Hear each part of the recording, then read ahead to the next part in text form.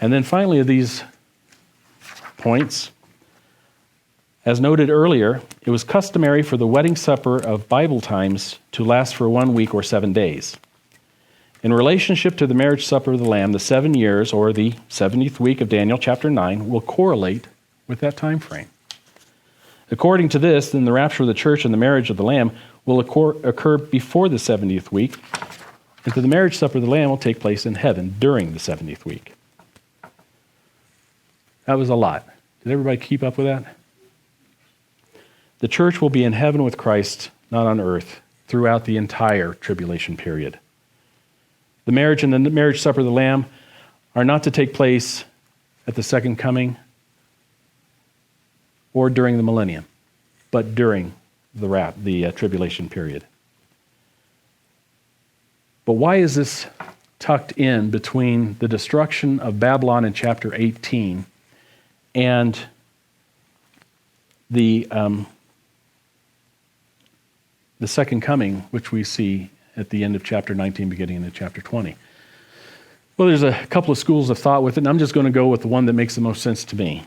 First, it was to draw the contrast.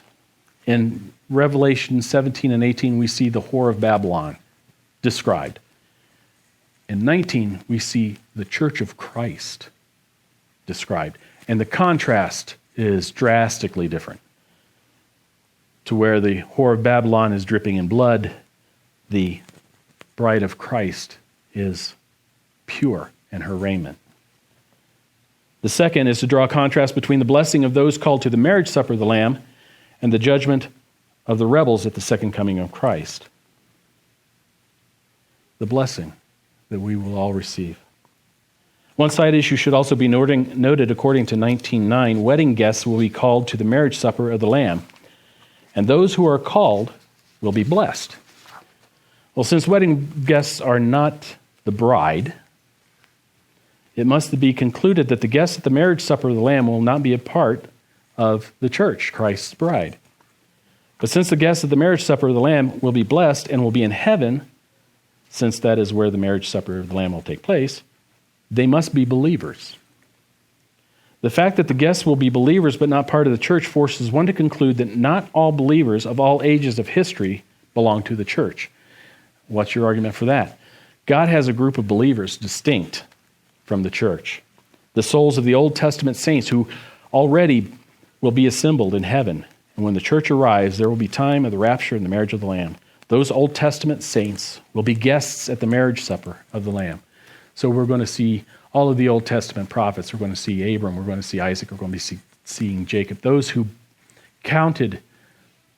were counted as faithful, who were counted as righteous because of their faithfulness. They're not part of the church. They're going to be there for the wedding feast as inhabitants of heaven. They're going to be admiring the church that saw the Messiah and was able to believe in the Messiah, who saw Jesus and recognized his sacrifice. And they're going to be celebrating that.